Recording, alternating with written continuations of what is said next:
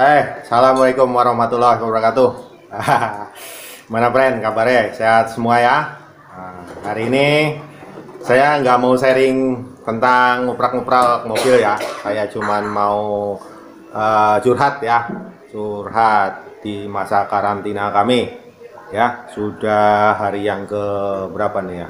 Ini masakan Ibun ya. Setelah karantina kita makan apa yang ada aja ya. Jadi ada yang ngasih kita, alhamdulillah ya. Kebetulan dari brand-brand yang jauh-jauh juga kemarin ternyata ngirimin fast food apa sih, frozen food, fast food. Nah itu ya, kita makan yang brand-brand kemarin sudah kirimkan ya. Terima kasih ya buat brand-brand ya, untuk Om Wawan, juga untuk yang lainnya ya, yang saya tidak bisa sebutin satu persatu ya, terutama dari teman-temannya Ibun yang juga sudah banyak membantu ya, dan juga tetangga-tetangga di sekitar sini ya. Ini masakan pertama Ibun setelah berjuang. Yang pertama kangkung ya. Kalau ayamnya itu yang kemarin frozen food dikirimin. Oh, kangkung pertama buatan Ibun setelah penciumannya hilang. Sehat ya Bun ya. Amin. Semangat ya Bun ya. Itu kan kangkung, rasanya udah ada Bun? Udah dong. Udah ada rasanya. Kok habis? Wah ini nih jagoan Naya yang doyan makan.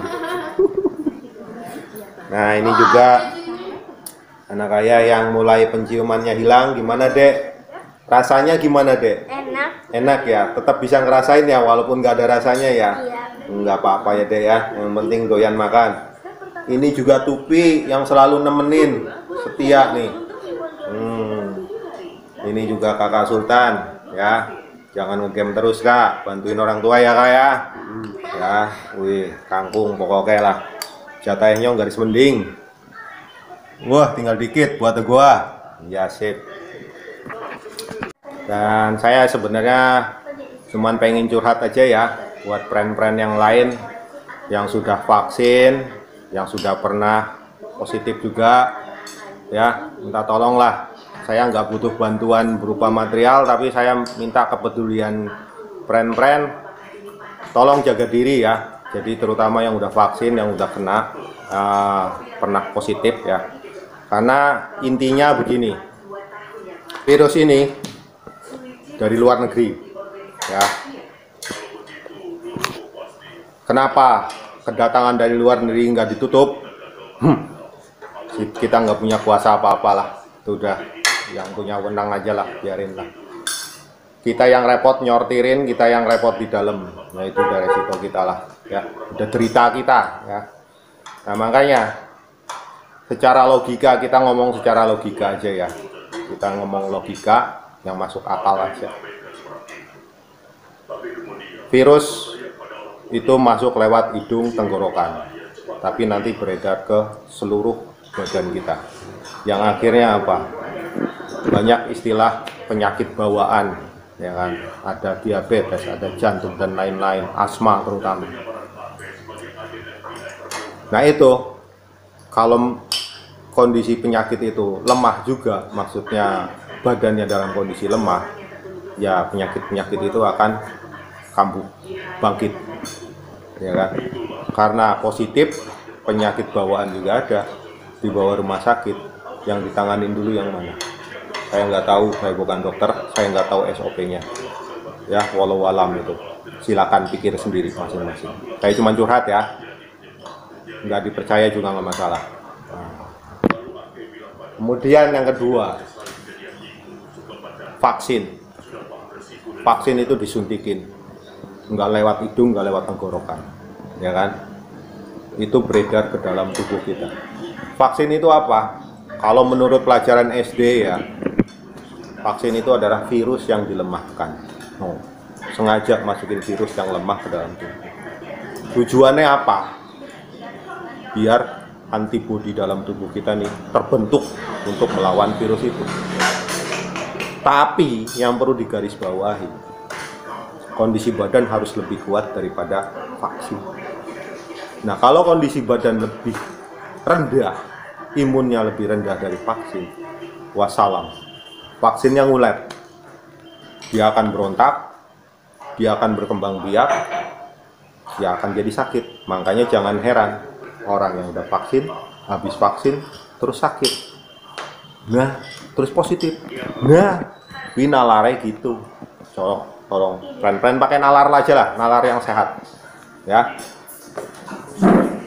Nah, yang sudah pernah positif kayak saya, kayak kami juga sama, di dalamnya itu udah ada virus. Virusnya pada bisa hilang nggak selama 14 hari? Nah, kalau bisa hilang, jawaban kalau pren jawabnya bisa hilang, bisa punah virusnya, berarti harusnya udah selesai dong, ya kan? Harusnya udah selesai. Kenapa sekarang tambah banyak? Kalau kondisi terinfeksi terus karantina 14 hari, ya kan?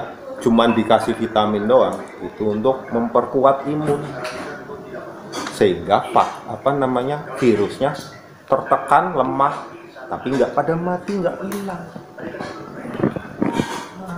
Yang udah pernah terjangkit, yang sudah vaksin, kalau imunnya kuat, gembelengan, pergi kemana-mana, yo plesiran, sono, pancaroba, meriang, masuk angin. Keluhannya apa? Mencret. Nah, cuman mencret doang, saya nggak positif, cuman mencret doang.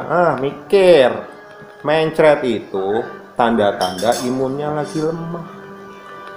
Yang nggak kuat apa? Perut. Virusnya udah divaksin masuk di dalam tubuh, bukan nyarang di hidung kok. Ya. Nah, kondisi lemah, virusnya makin ngulet, berontak, akhirnya apa? Bilangnya mutasi, varian baru, gejalanya mules-mules, mencret-mencret, pegel-pegel, ya kan? Malah nularin ke yang lain, ya kan? Bilangnya apa? Saya nggak positif. Ya orang nggak dicek ya nggak positif. Pakai nalar lah, ya. Banyak yang orang merasa nggak positif karena nggak dicek. Coba dicek. Takut om, karena ada yang pakai seragam ngomong katanya kalau lagi meriang kalau dicek pasti positif. Logika aja, kalau misalnya meriang dicek langsung positif, pasti positif, ya berarti COVID itu cuma penyakit meriang, berarti nggak masalah dong, nggak heboh dong, harusnya dong. Seragamnya yang sudah lepas tuh. Nah, tuh. Oke, friend, yang mengalami sesak napas, terutama yang punya asma ya, kalau karantina di rumah, ini sedikit sharing saya, bisa ditopung di area belikat ya, dari mulai pundak sampai belikat ini ya, ditopung. Nih, seperti ini. Aduh. Ya, bisa pakai tangan aja ya, begini, seperti ngerok, tapi ini diurut, dipencet, ditekan-tekan, digosok-gosok. Ya, ini anak saya ngalamin napasnya sesak, jadi ini yang saya lakukan tiap hari.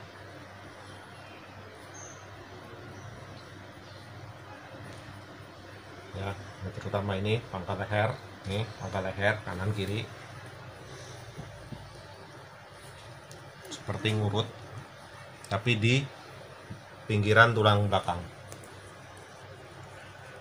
Ya. Pakein minyak apapun, seadanya aja. Ya, terutama yang sering ngalamin sesak napas. Ya, ini kalau ke rumah sakit agak susah karena rumah sakit penuh. Jadi kita sebisa mungkin lakukan di rumah untuk mengurangi penderitaan sesak napasnya. Ini lakukan paling tidak setengah jam, minimal setengah jam. Ya, friend. Jadi untuk bagian tubuhnya ini ya, ini kan belikat nih ya, ada Ini nggak kelihatan, gemuk banget sini. Nah, bagian belikat sini nih kan ada tulang belikatnya ini. Ini dari sini nih, belikat sini ini adalah paru-paru, ya. Nah, ini kalau sosok napas biasanya daerah sini nih, kanan kiri ya. Nah, ini. Terus yang ini jantungnya. Jadi nanti biar peredaran darah dari jantung itu kuat. Nah, ini untuk peredaran darah seluruh tubuh yang sebelah kanannya. Nah, ini daerah sini nih, itu daerah mata sama kepala nih, mata, kepala, hidung, ya, biar hidungnya juga nggak mampet, biar plong, ya. Jadi ditopong aja, mulai dari sini, ya, ke atas terus, ya, terus sampai sini nanti, terus dipunuk, ya, terus yang sebelah kiri juga nanti muter terus. Nanti diselingin dari punuk ke di tulang belakangnya ini, pas di tulang belakangnya, ya, sampai bawah, ya, nanti ke atas lagi. Ini untuk yang darurat sesak napas ya, cukup ini aja.